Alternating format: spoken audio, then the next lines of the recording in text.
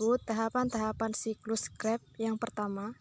Siklus Krebs atau siklus asam trikarbohidrat adalah proses kedua katabolisme atau respirasi sel untuk menghasilkan energi yang lebih tinggi. Siklus Krebs mengubah asetil koenzim A-asetil-CoA menjadi energi untuk tubuh dan karbon dioksida sebagai produk sampingannya. Siklus Krebs.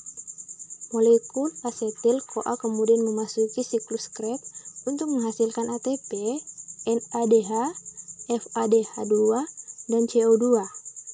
Tahapan-tahapan dalam proses ini akan membentuk lingkaran sehingga disebut dengan siklus.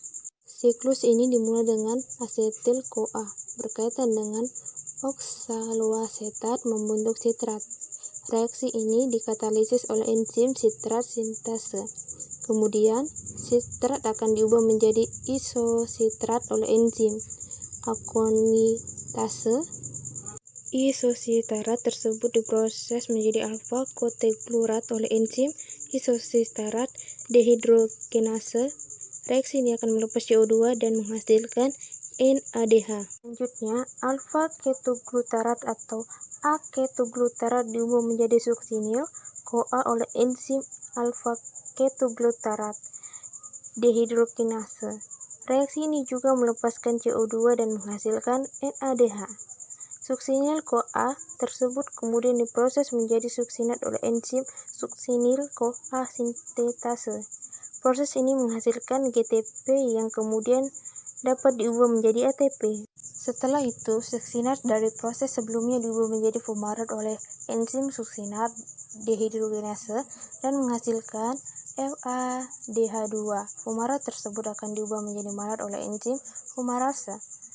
Malat kemudian diproses menjadi oksaloasetat oleh enzim malat dehidrogenase. Proses ini menghasilkan NADH. Satu molekul asetil-CoA diproses dalam siklus Krebs dapat menghasilkan 1 ATP, 3 NADH, 1 FADH2, dan 2 CO2.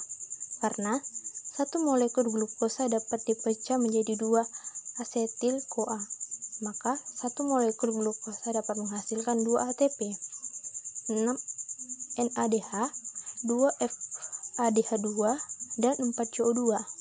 Lewat siklus Krebs, molekul NADH dan FADH2 tersebut nantinya akan memasuki proses transport elektron untuk menghasilkan ATP.